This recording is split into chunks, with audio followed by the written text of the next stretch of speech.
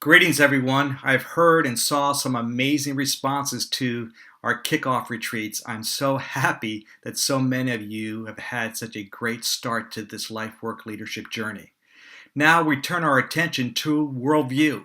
And we're going to take a look today at the whole issue of how to think well, how to think as a Christian, how to think biblically. And if you recall on the cover of our workbook, we have the vision and our mission wrapped up in a mantra: transforming leaders, transforming cities. Our mission is transforming leaders. Our vision is to transform cities over time. And when we measure the issue and the word transformation, if you recall the survey that you've already taken, we define transformation by change from the inside out, and how we're measuring it is by, first of all, asking the question, are you more clear in your calling? Or do you have a challenged mind? And whether or not your heart is engaged for service into your community. This morning, what we want to take a look at is this whole issue of a challenged mind.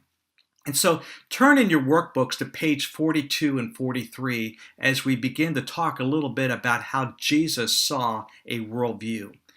And I'm reminded of one of our founding partners, Larry Kreider, who often has said that one of the greatest thrills, and I agree with him on this, is to see leaders in the room, to have their minds being challenged.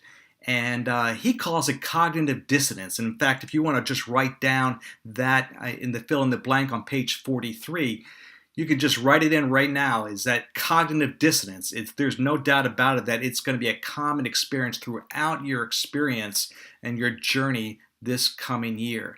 And perhaps this morning might be a highlight example of that. We also want you to take a look at the Jesus journey chart there on page 43, and you'll notice where we are as it relates to Christian worldview. We're at a point where during the opening retreat, we took a look at the issue of foundation, particularly that preparation is the foundation for leadership. And we saw that Jesus spent 30 years in quiet preparation, really preparing himself for what was ahead in his leadership.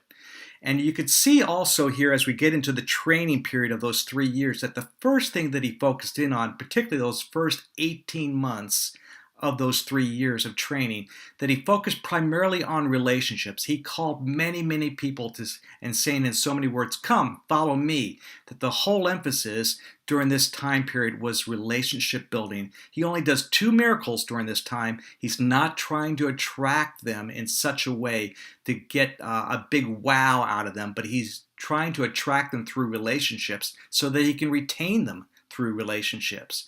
But after about 18 months, he goes up to a mountain and he prays all night and he selects the 12.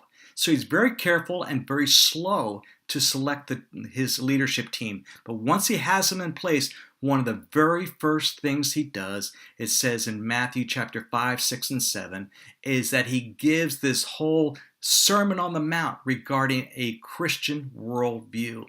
It's important to him that he tells his followers exactly this is how he thinks about the world. This is how he sees things. I know that later on in Jesus' experience, he has these leaders challenging him on different things. And he says, to sum up the Christian life, it's to love God with all your heart, soul, and what? Mind. I'm pretty convinced that we as leaders do a great job loving the Lord with all the different aspects of our lives, but I really wonder whether or not we take the time to really develop our mind. And this morning, I want to just applaud you for the fact that this morning you are spending the time and the energy and certainly the finances for this course to really think through what you believe. And so this morning, enjoy the journey of developing what it means to have a biblical worldview. Now, what I'd like to do is just simply hand it back to the leaders and your table coaches there in the room and let them continue this Jesus journey conversation.